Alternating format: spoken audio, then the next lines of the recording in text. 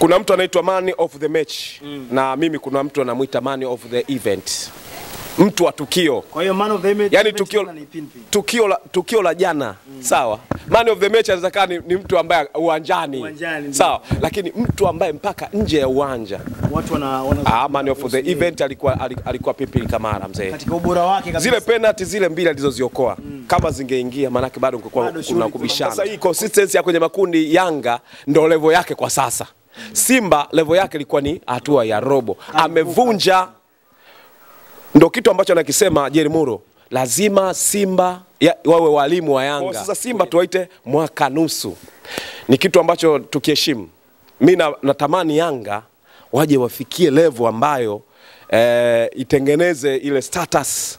Maji na mfuatiliaji wa Galaxy Media, niko na mchambuzi wa masuala ya kabumbu hapa, Lugano Israel, mzee wa Black and Whites. Yeye anakwenda kutupisha kwenye kile ambacho kimetokea jana baada ya wekundu wa Msimbazi Simba kuheshimisha taifa kwa kumondosha Al Masry kutoka kule nchini Misri kwa mikwaju ya penalty. Mbonge ilikuwa tamu kule dakika 90, mnyama karejesha yale ambao alifungwa kule kwao katika uwanja wa Suez Canal.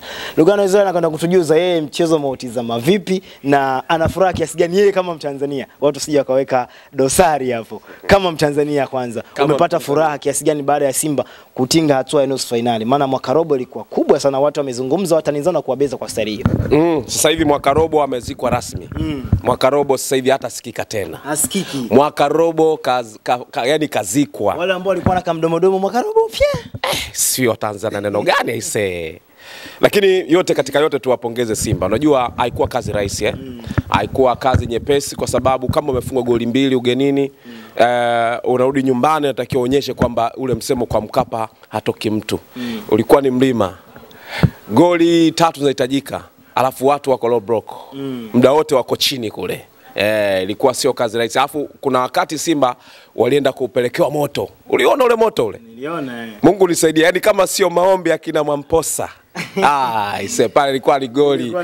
Mungu alikuwa upande wa Simba kusema ukweli, wajitahidi kwa kiwango kikubwa na mimi naamini yani hiki kilichofanyika hiki Simba ndio anaenda kufanya kitu kikubwa. Hiki kilikuwa kikwazo kikubwa sana kwa upande wa Simba.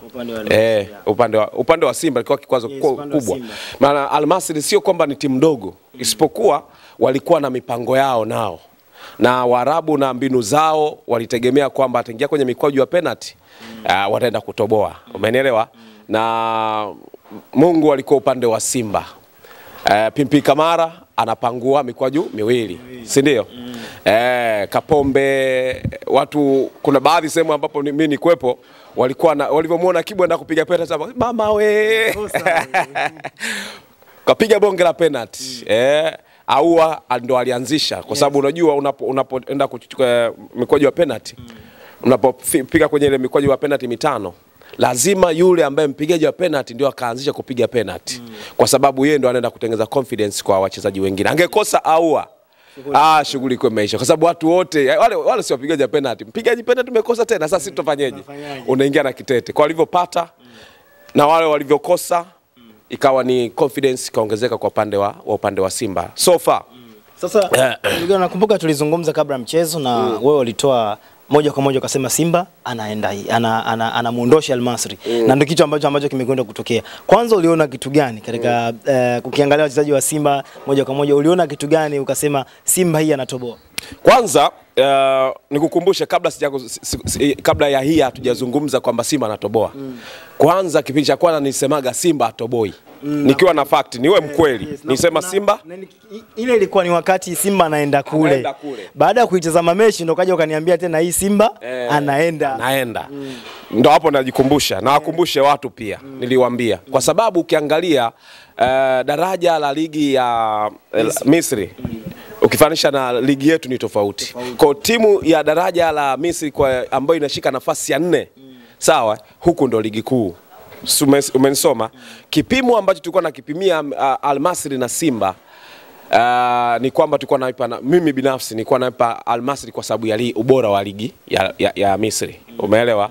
Na Waarabu, speed zake, intensity zao na vitu kama hivyo. Nilikuwa najua Simba hapa wana kazi ngumu.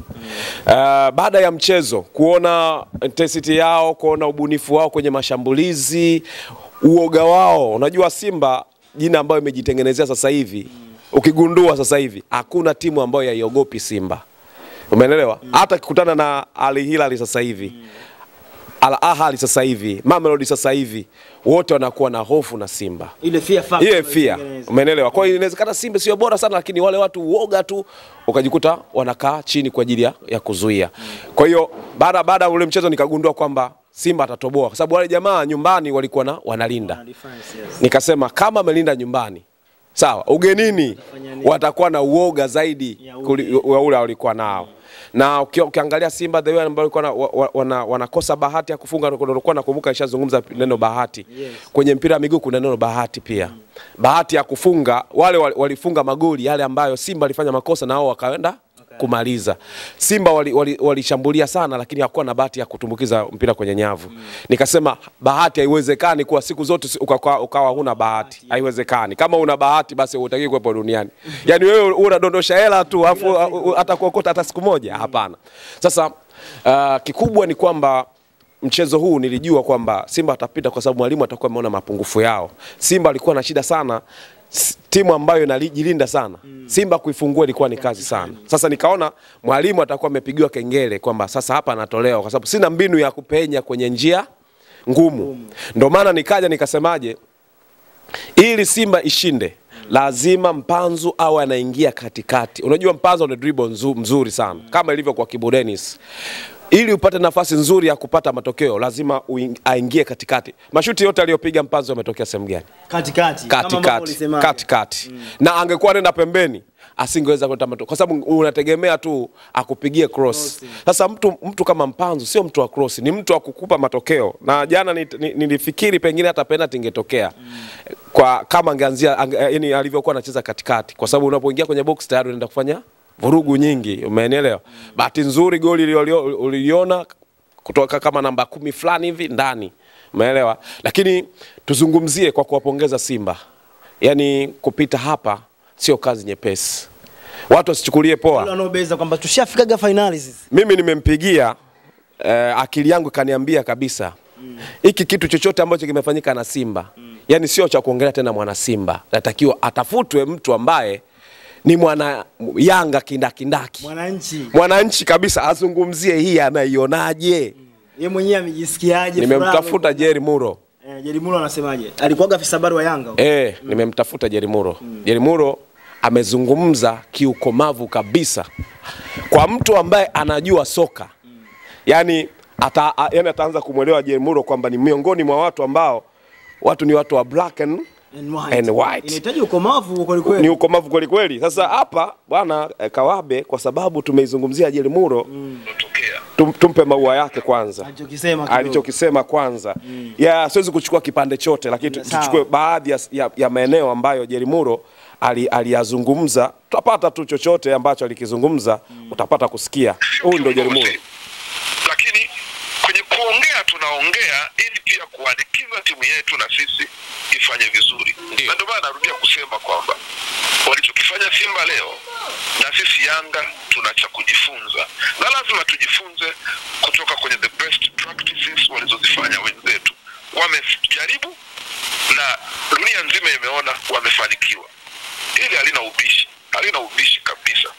Wamejaribu, wamefanikiwa. Sisi tujifunze kwao katika hili lililotokea. Na namaliza kwa kusema kama wataendelea kama hivi walivyocheza leo, nina uhakika wataifungua Tanzania kwenye medani ya mchezo wa mpira wa miguu kwenye medani za kimataifa. Hilo nina uhakika nalo. Na tuwape maua yao tu. Wamefanya vizuri. Mheshimiwa Jerry Muro, nikushukuru sana. Umeongea. Sasa umemsikia hapo. Nimemsikia alichokisema. Jerry Muro kasemaje? Kasema kama Simba wakiendelea hivi basi wataitoa Tanzania na kuipeleka sehemu fulani kwenye masuala ya kimichezo kwa Afrika. Huyo ni mwana Yanga kabisa. Mwana Yanga kindaki. Mtu ambaye ukimwambia zungumzia Yanga na chakula kiko hapa, anambia ngoja kwanza hata kama wacha hata kipoe. Sakata la juzi hili alilikalia kooni kama vile yani sana hakutaka hata kumeza punje ya mtama.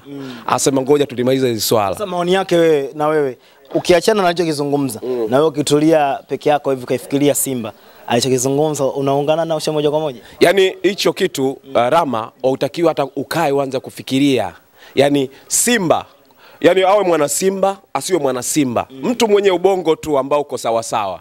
Sawa, yani ambaye ana Utanzania. Ukiwa na akili zako timamu. Ukiwa na akili zako timamu. Afu ukiwa na uwezo na uhuru wa kuzungumza kitu white na black and white. Basi wewe yani hutapepesa macho.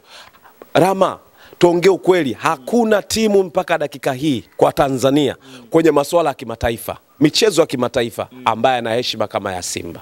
Si umeelewa? Yanga ameingia finali, lakini bado hajajibu hoja nyingi za Simba. Hoja za Yanga kujibu Simba, wameingia mara ngapi kwenye hizo hatua?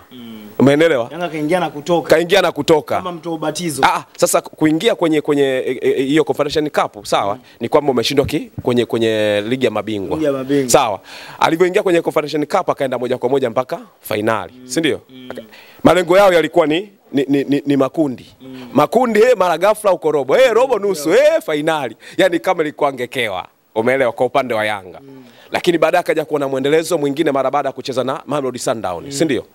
Lakini baada ya Mamelodi Sundowns Yanga msimu huu Yanga amefika wapi? Hatua makundi. Pale walipokuwa wanataka kufika. Walipoishia, wameishia pale pale. Hapo unaamini kwamba unachokiwaza unakipata. Akiwazacho mjinga ndicho kinachomtokea.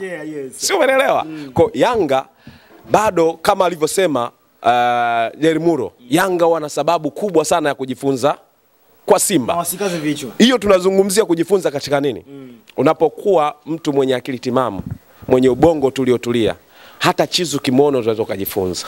Umeelewa? Hata mtoto mdogo kimono utajifunza. Lakini kuna baadhi ya vitu ambavyo unajifunza, haya ni maisha, lazima ujifunze. Yanga wajifunze kwa Simba ambao wamekuwa na consistency ya muda mrefu.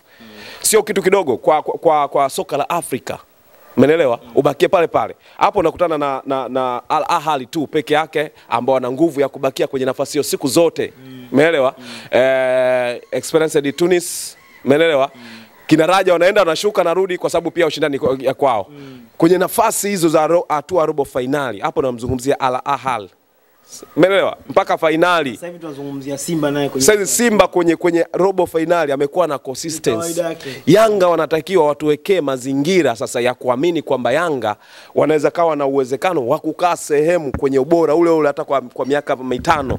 Unafikiri Yanga kutoboa msimu huu kuingia hatua ya robo? Si amevunja rekodi ambao yani imetabidi waanze kuingia robo. Hapo anaanza upya. Yaani maana yake consistency ya sasa hivi nazungumzia ni kwenye makundi. Maana yake makundi misimu 3, sio? Hapo Malienda kwenye nani anamtoa wanacheza na nani na Mamelodi? Na hii hapa ni kwenye makundi. Tuseme sasa hii consistency ya kwenye makundi Yanga ndio level yake kwa sasa. Simba level yake ilikuwa ni hatua ya robo. Amevunja, ndio kitu ambacho anakisema Jerry Muro. Lazima Simba wawe walimu wa Yanga kwenye swala lipi? Yapo mengi. Simba wakati wanavuka, sawa? Wanavuka walikuwa wanaitwa kina mwaka robo.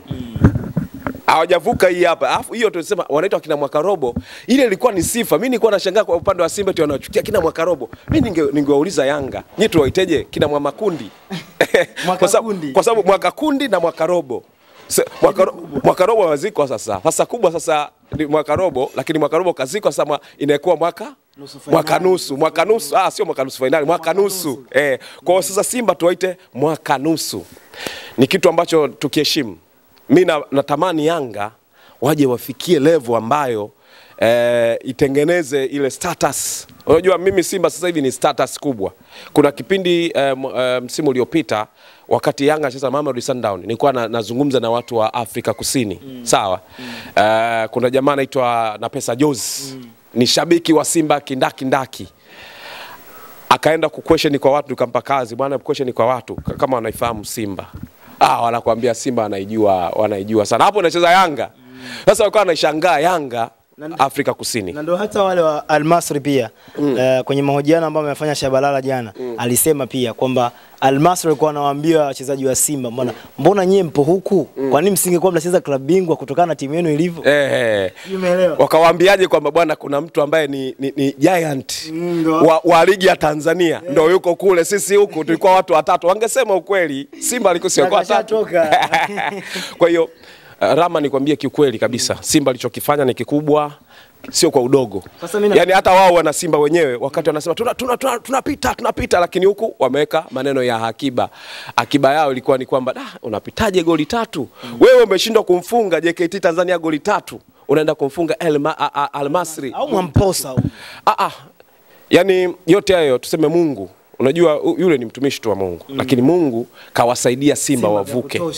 Hizi nafasi wale jamaa kama wangefunga, hebu niambie nafasi angefunga nafasi kama 3-2 za maana kabisa. Kuna moja imepangua nani Kamara, ingekuwa basi tena ile. Ingekuwa basi. Kwa Mungu tu alikuwa upande wa Simba. Pamoja kidogo yule mchezaji namba 10 wa Simba Sports Jean Chazawa, ambapo nilipitia baadhi ya wachambuzi kwenye makala zao ambazo wameandika kwamba ni mchezaji ambaye ni, unajua kuna underrated na overrated.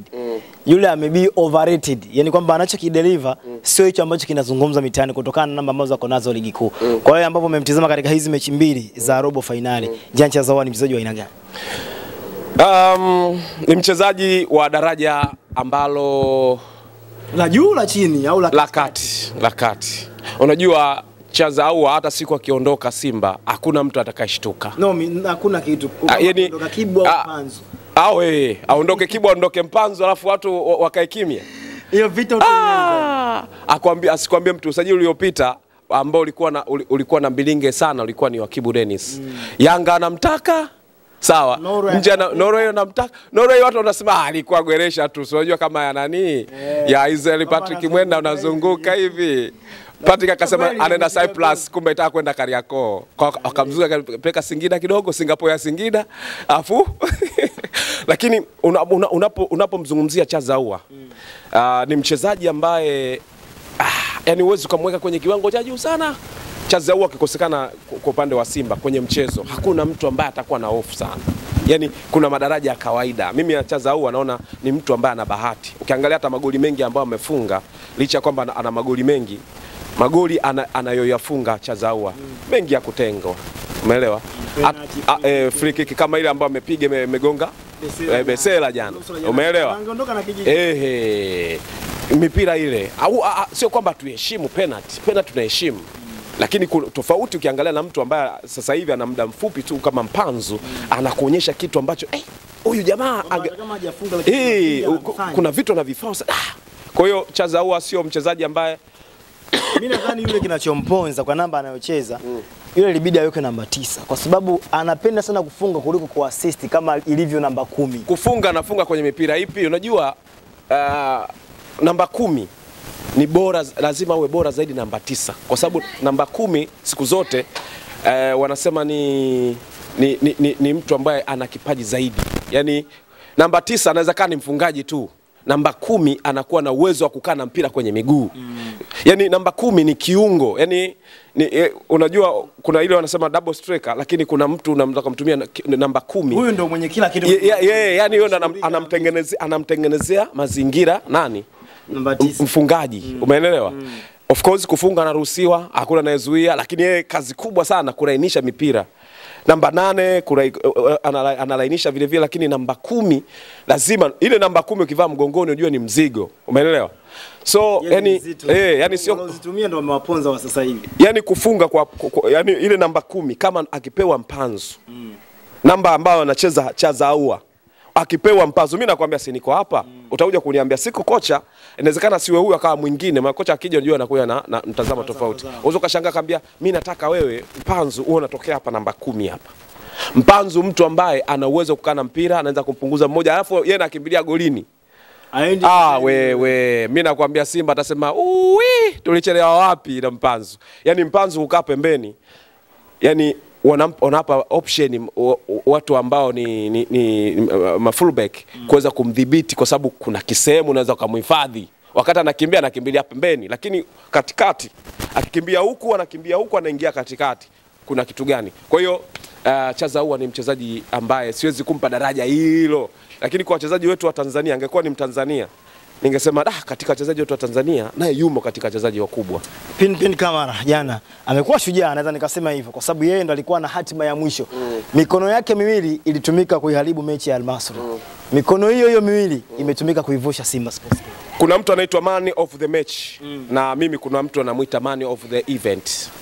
Mtu wa tukio. Kwa hiyo man of the match, yani tukio la jana, sawa? Man of the match anaweza ni mtu ambaye uwanjani, sawa? Lakini mtu ambaye mpaka nje ya uwanja watu man of the event alikuwa Pimpini Kamara mzee. Katika ubora wake kabisa. Zile penalty zile mbili alizoziokoa kama zingeingia manake bado kuna kubishana. Kwa hiyo vitu vyote utasifia wale waliopiga sio wamefunga, lakini njoo kwa Pimpini Kamara kwa kuokoa ile mikwaju ya penalty miwili. I say ile usichukulie poa bana. Usichukulie poa. Yani yani mimi nakwambia watu tu hatuwezi kupata rekodi nzuri. Sawa. Pimpini Kamara kafanya kazi ya Kaseja Simba akikaa golini unajua kabisa hapa watu wana kazi. Mfupi lakini kazi yake. Swala la penalty Kaseja alikuwa fanya mfanyavyo. Moja ya kwangu au mbili. Wewe. Kaseja achana naye. Sasa huyu ndo Pimpini Kamara. Pimpini Kamara kwanza ile penalty ya kwanza kaanza yani ule mpigaji anakuja tu akaanza kumuonyesha ile goli unaliona kubwa ngoja nikuonyesha ile goli dogo kaanza kucheza unajua ukiwa unafanya hivi lile unamchanganya anikumbusha hivyo Mapunda zake anamchanganya hiyo ilikuwa Kaseja Mapunda ilikuwa kama anaigilizia tu Kaseja mfupi lakini utakuta anaruka unaona wewe mwenyewe ukienda kupiga unaona mbona kagoli kadogo hivi basi bwana anakosa psychological tayari ya watu wa nyuma kule wanaomfuata lazima nao wachanganyikiwe. Wa kwanza kakosa. Alafu yule wa kwanza ni lazima awe ni mtu ambaye anapiga penalty mara nyingi, ambaye mzuri kwenye penalty. Sasa mtu mzuri kwenye penalty amekosa. Alafu wewe unasemaje? Imekula kwako. Kaka Volcano jana kauwasha moto kweli kweli ambaye tayari ushamzungumzia. Lakini kwenye yale machaguo ambayo ameyafanya David Fadu, kumweka pembeni ya Ateba, akaanza na Dese Mukwala. Steka refu kuliko goli na akafanya kweli kaweka kati. Kupitia Kawabe kama sio Galaxy tulizungumza sehemu zote mbili Kawabe na Galaxy. Unakumbuka nilizungumza nikwambia nataka mastreka ngapi? Wawili. Ile ndio ilikuwa option ya kumweka kwa maana Steven Mkwala aweze kutembea sana kwa sababu Simba ilikuwa inahitaji kuwa na pressing kubwa. Umeelewa? Kuna kitu kinaitwa coaching ability kwenye mpira wa miguu. Coaching ability ni uwezo wa wachezaji kuyachukua ya mwalimu. Umeelewa? Lakini mwalimu lazima ajue tabia za wachezaji wake. Mchezaji mtu kama Steven Mkwala, sawa? Alikuwa ni mchezaji ambaye alikuwa ni muhimu sana kwenye mechi za pressing. Ni kama timu inapohitaji kupressi kwa upande wa Yanga usimweke Mzize mtu wa kupressi, Pakome mtu wa kupressi, yani wale watu kwenye kazi ya kupressi umeelewa? Kwa hiyo kwa upande wa Simba alikuwa anahitajika sana Mkwala, mtu ambaye muda wote anakimbia anaingia kwenye maeneo. Kwa hiyo mwisho wa siku mimi kiona sawa, kitu ambacho nakiona kwa upande wa Ateba na Dese Mukwala. Yani Ateba angeenda kuifanya Simba kawa dominant eneo la ushambuliaji. Ateba ni mzito. Mpira unaweza ukaja, maamuzi yake wa kutoa apiga yani kama anakuwa na ukingo fulani ambao unamkinga. Lakini Mkwala kitaka niende huko anaenda. Feinti anazo. Ni pale tu kachelewa sana kuaminisha watu kwamba ni bora. Tumalize Lugano. Fadu Davis unamuona akawafikisha Simba Sports nchi ya ahadi na kuliheshimisha taifa la Tanzania kwa kutuletea kombe Tanzania hii. Yani mpaka dakika hii nchi ya ahadi ya Simba imeshafikiwa. Bado kwenda kula asali tu na maziwa. Kwa sababu nchi ya ahadi ya Simba alikuwa vuki nusu, si ndio? Alikuwa vuki nusu. Fadu Davis kwanza katengeza rekodi kama kocha. Timu mpya. Kocha ambaye yeye hajawahi kusimama kama kocha mkuu akasimama kwenye mashindano makubwa, kasimama. Yeye rekodi ya kwanza kaanza kwenye hatua ya makundi. Sawa? Kafikisha hatua makundi kaingiza robo, saizi nusu finali ambayo Simba alikuwa anatoa kwa muda mrefu. Hata kesho Fadu Davis akiondoka Simba, hata akifukuzwa, CV yake ataenda kufundisha timu kubwa kwa sababu katengeneza profile yake sasa hivi limekuwa ni kubwa. Profile yake sasa hivi linajieleza. Si unanielewa? Yani sasa hivi ninavyozungumza Fadu Davis na Simba hata akifukuzwa kesho yeye anaweka historia kwenye maisha yake kwamba mimi nimetoboa kwa kupitia Simba. Shukrani sana kaka.